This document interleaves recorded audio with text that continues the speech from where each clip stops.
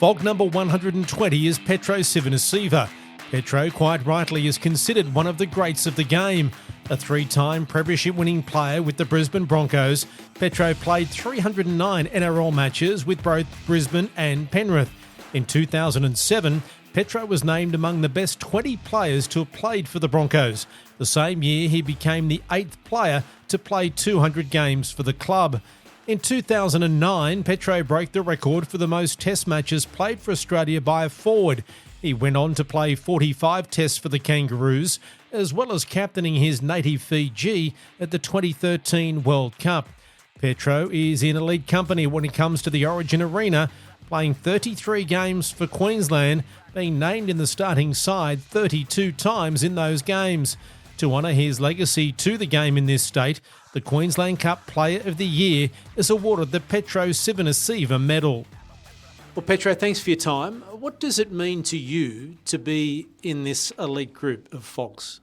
Oh, it means everything. I guess as a kid growing up, I guess a lot of Fogs will say the same. You grew up idolising your heroes, and for me, as a kid in the 80s, sitting on the lounge room floor with the parents and watching your Origin heroes go about it, and just the way they did it, that underdog mentality, and the way they just never stopped believing in each other and just fought through adversity, I think resonated obviously with myself, but with every Queenslander, because it just made me immensely proud. When they would win a game or win a series, and they'd often do it, fighting against all odds.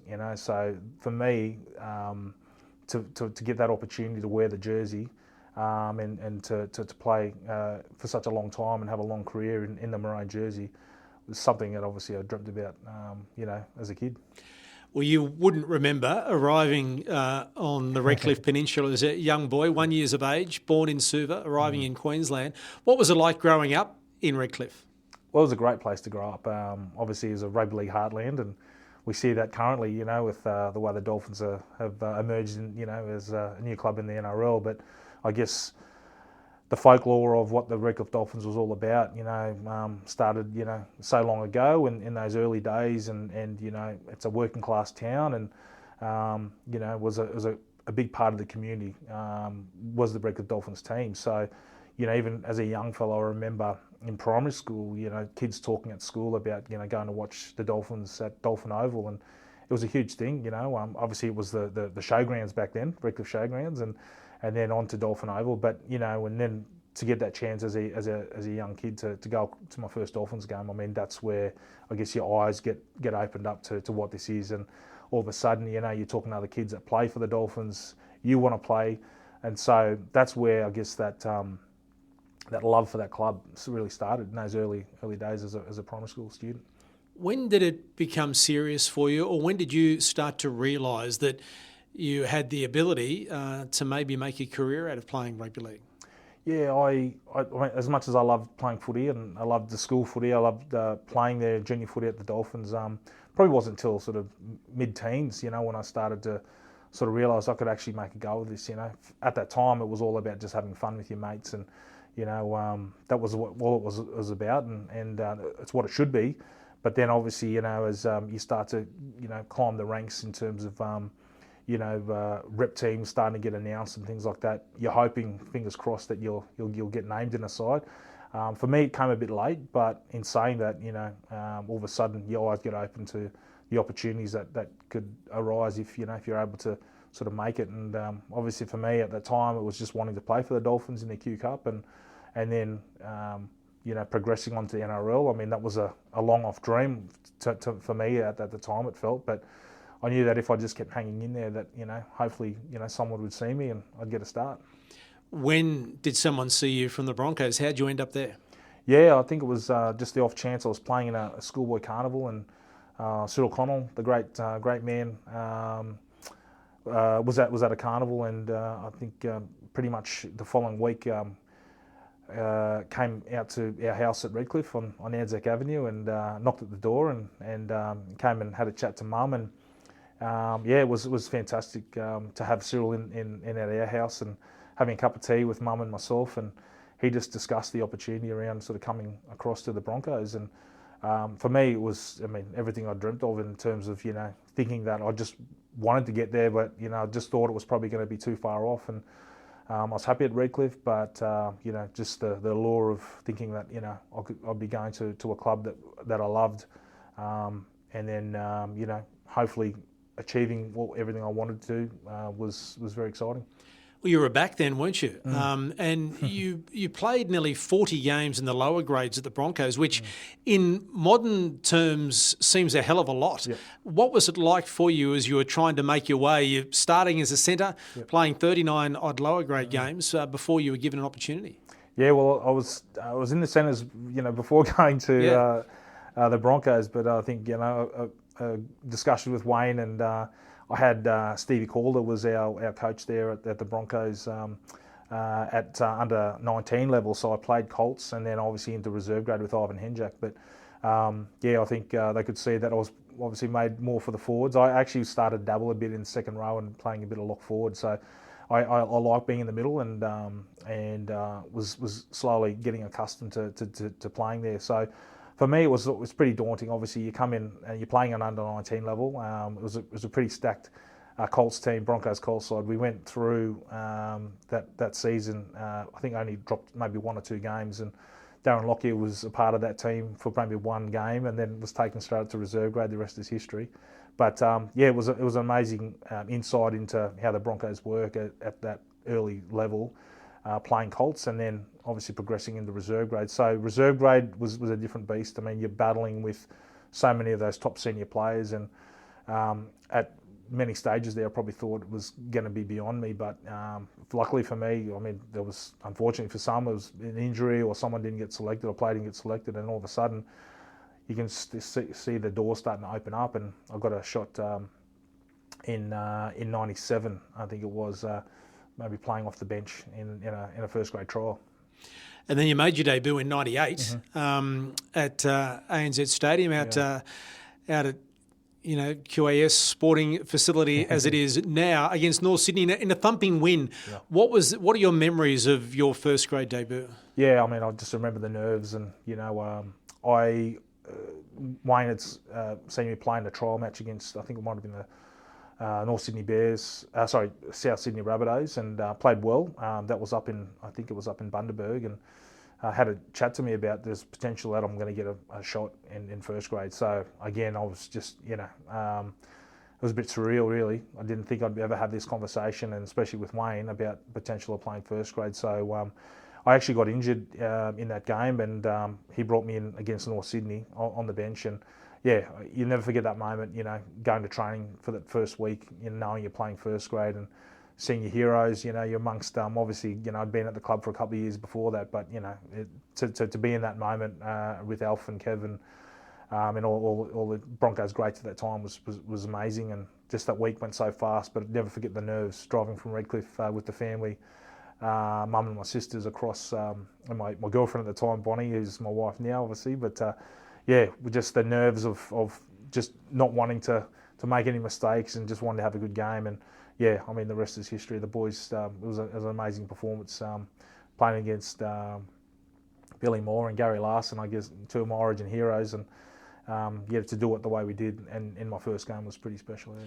Do you reckon the grounding of playing those lower grades for a couple of years and coming up through the Dolphin system helped you when you finally made it to the top level? Oh, for sure. Yeah, you need to go through that, a bit of adversity, and I think definitely gets you hardened to be able to take those next steps into senior footy. And for me, they were important years. I mean, Ivan was a great coach for me and definitely got the best out of me. I was, up against some of the best up and coming young Broncos forwards, so you really had to push hard to try and sort of showcase your talents to Wayne, and I was lucky enough that the way things fell into place for me, I got that one shot, and then once you play that first game, it's almost like, well, I never want this to end. I don't want to go back to reserve grade, so it's almost like having to make that commitment to yourself that you'll do whatever it takes in regards to training or whatever to make sure that I'm going to be selected week in, week out for the top grade. then you find yourself in a premiership winning side at the end of that first year. Did it seem a bit surreal, that period where you've gone from being a rookie playing 40 reserve grade games and all of a sudden you're a premiership winner? Yeah, and it was about that. It was just about holding my spot in that side, and I was really determined to make that happen. But the wonderful thing about that was, I guess there was a great culture within that group. It was all about working hard as possible on the field, on the training paddock, and that would result in a strong performance. And I think just the culture that Kevy and Alf had within that group was really special, and I love being a part of that.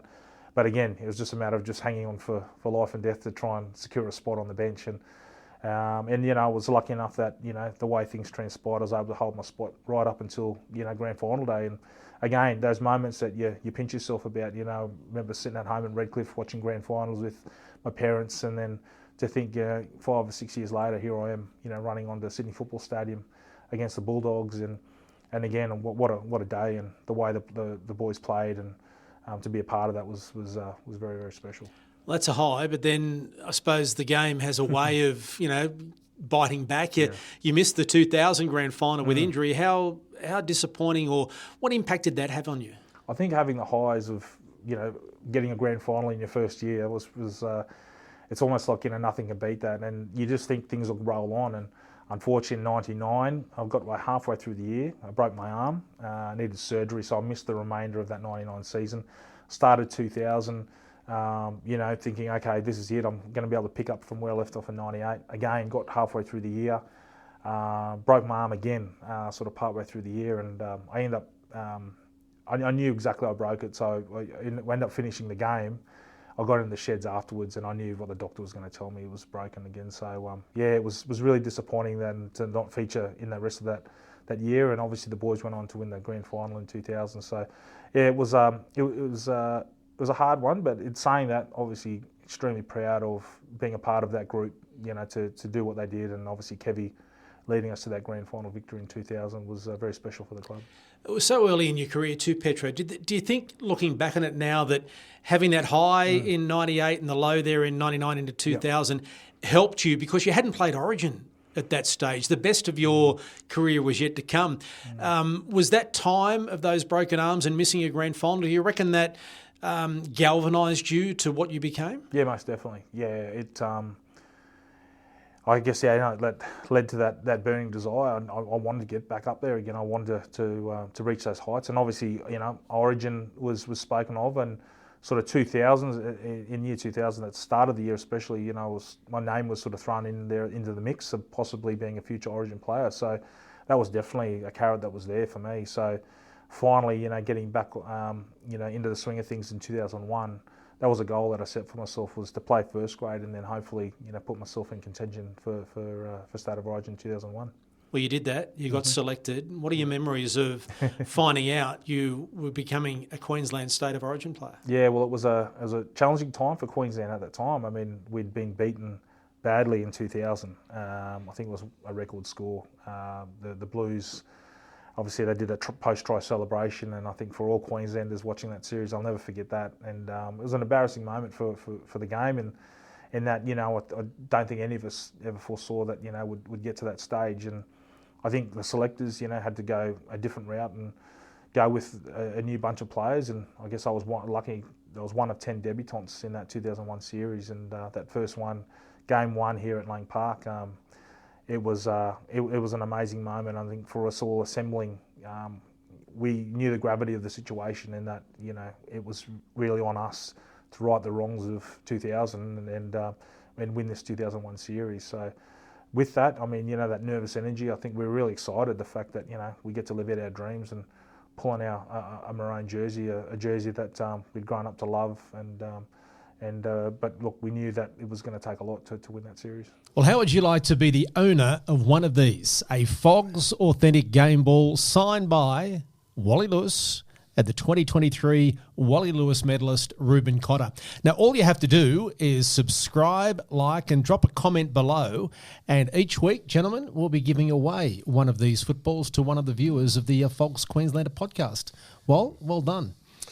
Well, it's good to be able to hand them on to the general public who like it, as long as we don't get blamed for breaking one of Mum's windows when they're kicking it around the backyard or tossing it around. But this will be framed in a nice Reuben Cotter's name. Wow. Do you know how to subscribe and like and do all that, Gilly? No?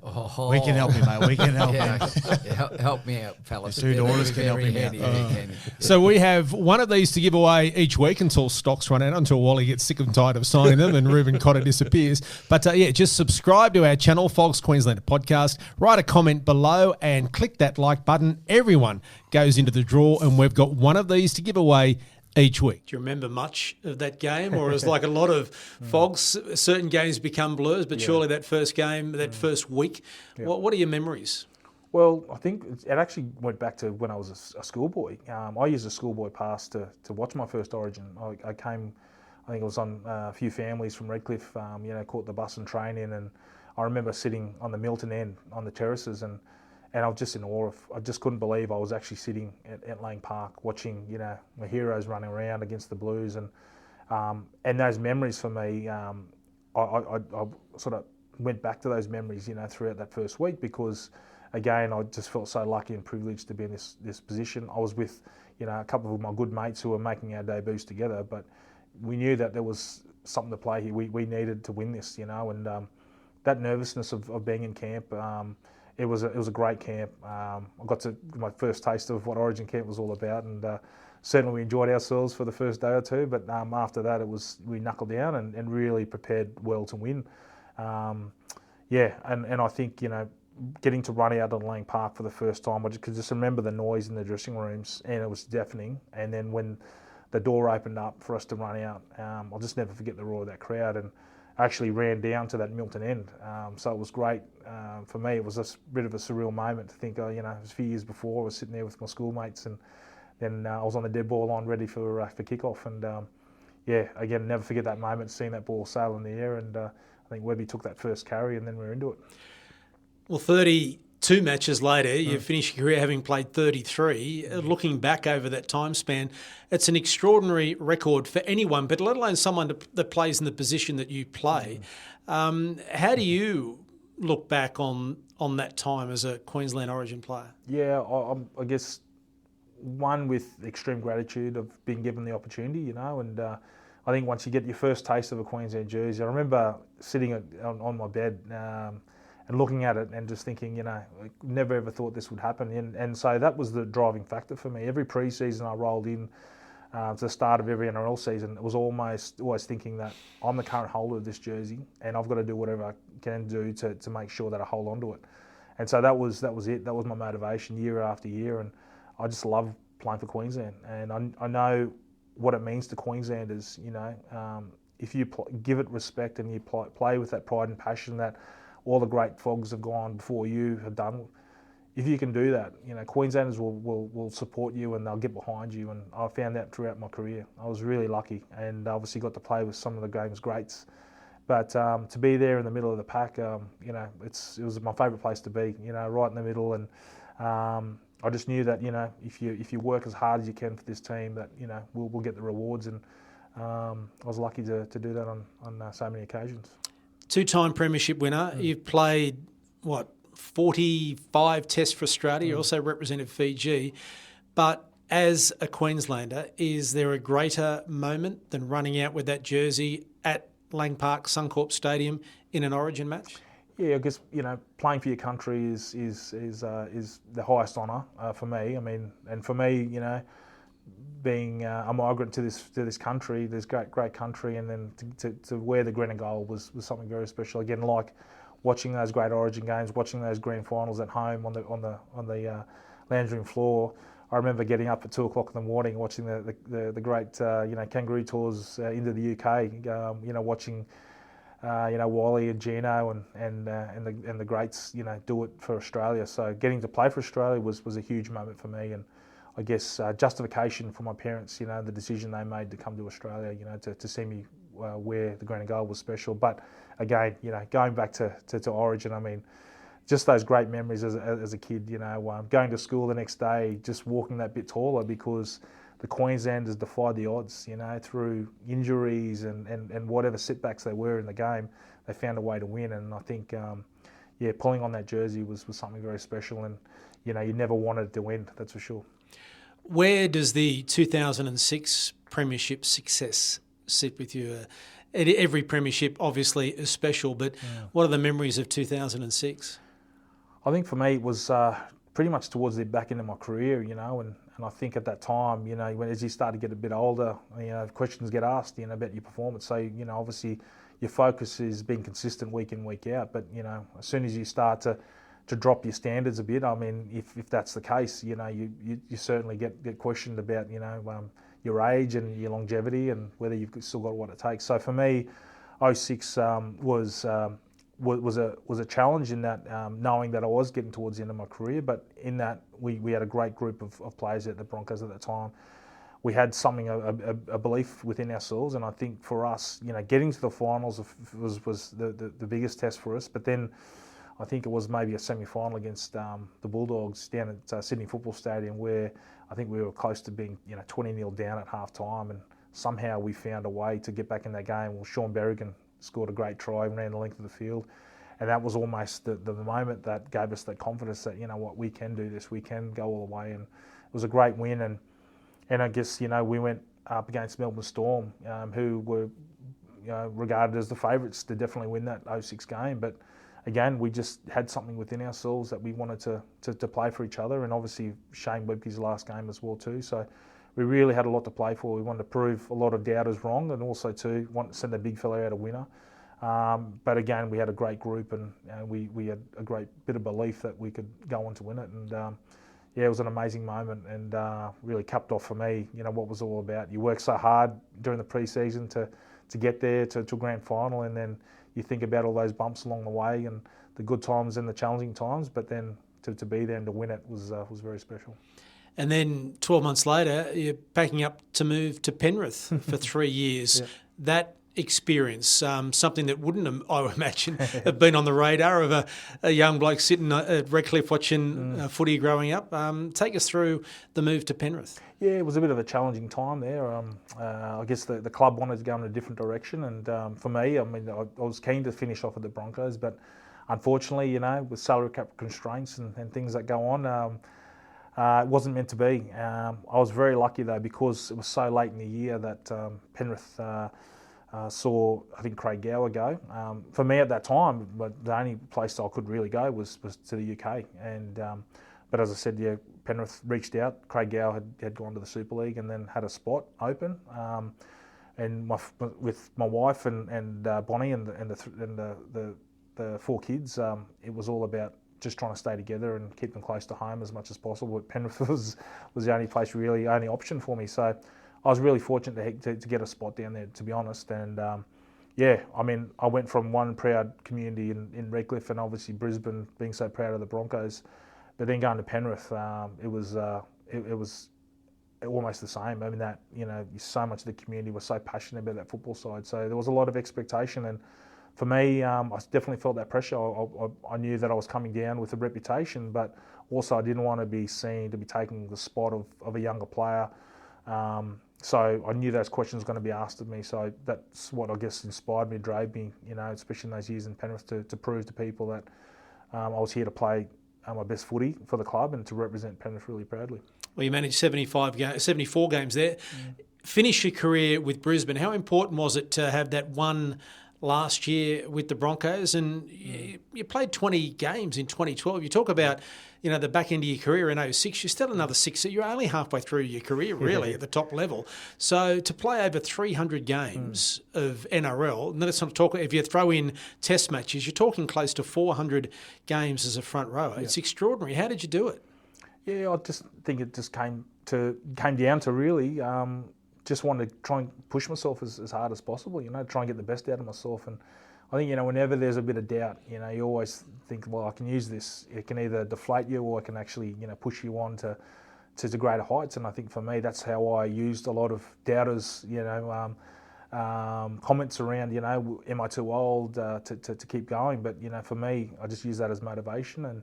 And also, too, I think probably being the skipper down at Penrith especially, I had a lot of young players looking up to me. So I think that was the other motivating factor, is that I need to lead by example, both on and off the field, and I think that's what that really drove me, and you know, again, that always pushed to be as consistent as possible, you know. So got to you know, 2012, I was so grateful to the Broncos. Andrew G was fantastic. He gave me a call in 2011, the opportunity to come back to the Broncos to finish where I started, and for me it was great. I really wanted to bring Bonnie and the kids home and settle back on the north side, back out at Reddy, and yeah, I really enjoyed the opportunity and to play with so many great young Broncos players. It was pretty surreal, you know. It was so long ago. Before that, it felt like, you know, I was rolling into Red Hill and that old XF Ford Falcon, and you know, and here I was, you know, being right at the very end of my career, my last year of footy, and it was a challenge, that's for sure. I mean, you know, physically you could start to feel the body starting to slow down a bit, but in saying that,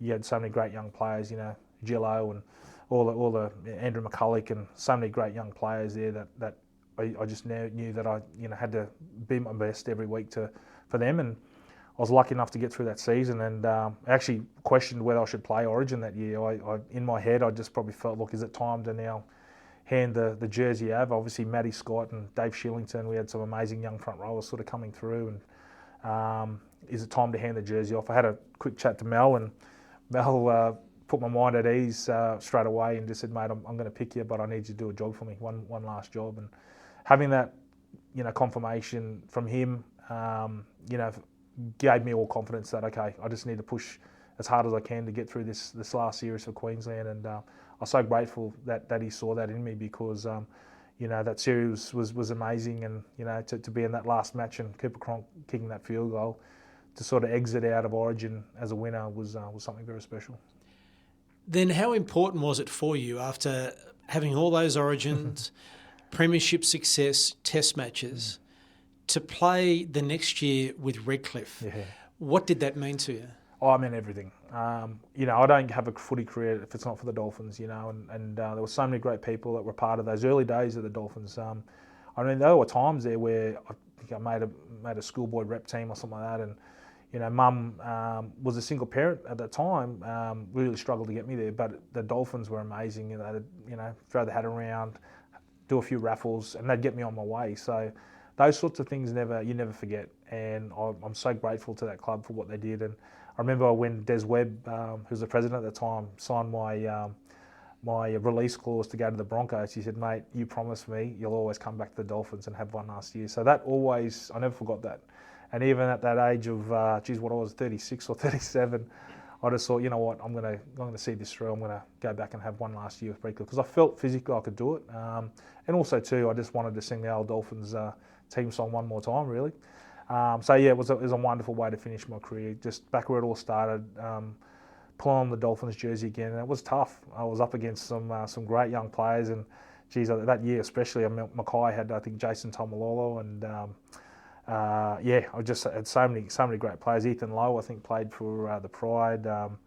You know, Cameron Munster played for Rocky. So that gives you an indication of just how much talent was in that Q Cup at that time. And so for me, at the very end of my career, going up against those blokes, I knew it was time to finish up. And yeah, it was very special. Who's had the biggest influence on your career? Oh, look. Geez, you know, obviously family. You know, as I said, Mum was a single parent for many years there, and especially those early years when things were tough. You know, she'd always do whatever it took to get me to footy and all that kind of stuff. And so to have her there as part of that journey, and obviously my wife Bonnie, and you know, we've been together since we were 16. Started dating in high school, so you know, they're two very special people that were a part of the highs and lows of footy. And certainly, you know, with all the great highs, there are those low moments, and you need that support base around you. You need people in your ear and getting behind you that are going to be with you through thick and thin. And they're the people, your family, your close friends. They're who you play for, you know. And every time you run on the field, I always would think of them. And you know, I don't want to let them down when I'm on the field, and obviously you don't want to let your teammates down, but they're a driving force in what inspires you to do well in the game. A couple of unfair questions here. It's like me asking who's the favourite of your four kids. But your favourite player to play with, or the best player you played with over the career? I mean, you played a game or two, so you've got a few players to choose from. Is there anyone that stands out that you say he was special? Well, those early years of the Broncos, I mean, I just remember, and I mentioned them before, I mean, Alfie and Kev, they were just amazing leaders, great, amazing competitors, you know, and they were really the driving force behind the Broncos at that time. And then just as blokes too, you know, when Alf came back from England to steer us to victory in Game 3 of 2001, for all of us debutants in that series to have that chance to run out with Alfie, you know, for me that's probably one of my most favourite Origin memories is seeing Alfie come back from England, the week that we had in preparation, the way he played, man of the match performance. It was one of those iconic sporting moments, you know. So they're a couple of blokes. I mean, obviously Lockie, you know, and again, as I said there before, you know, he had that first year in Colts, I think, was at 95, and then, you know, the rest is history. Just to watch his career develop and go from great heights, you know, year in, year out, and still to be, you know, a great leader and a great bloke. They're probably a couple of blokes that really stand out for me. Is there anyone you never got to play with in any era, I suppose, a favourite player growing up or whatever, that you never got to play with that you would love to have one game with?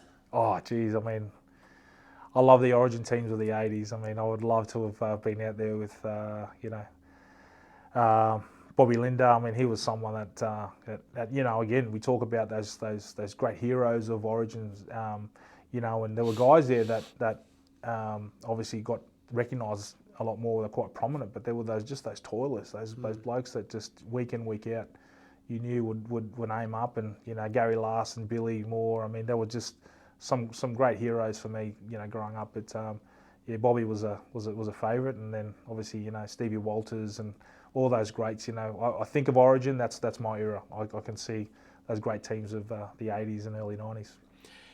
Looking back, Petero, now that you've retired and you can sit back and look over those 300 plus NRL games and the 30 plus Origins, and you know, if you include the Fiji Test, more than 50 Test matches, how do you reflect on your career from a boy sitting watching, you know, the Dolphins play at Redcliffe Showgrounds to someone sitting back and looking on an extraordinary career?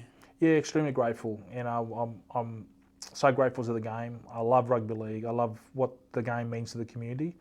And I live it every day still. I mean, the fact that I got to play the game, but, you know, it gives you a great platform to be a part of some amazing initiatives in the community. And that's what I'm grateful to the game for.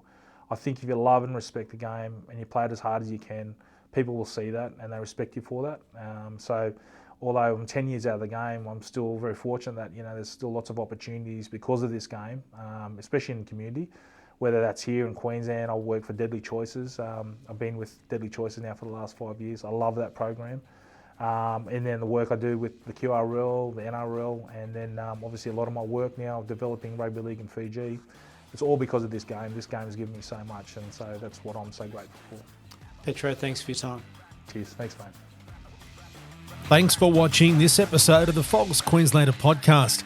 If there's a Fog you want to hear from, leave a comment to let us know. And don't forget to like and subscribe so you don't miss any of our videos.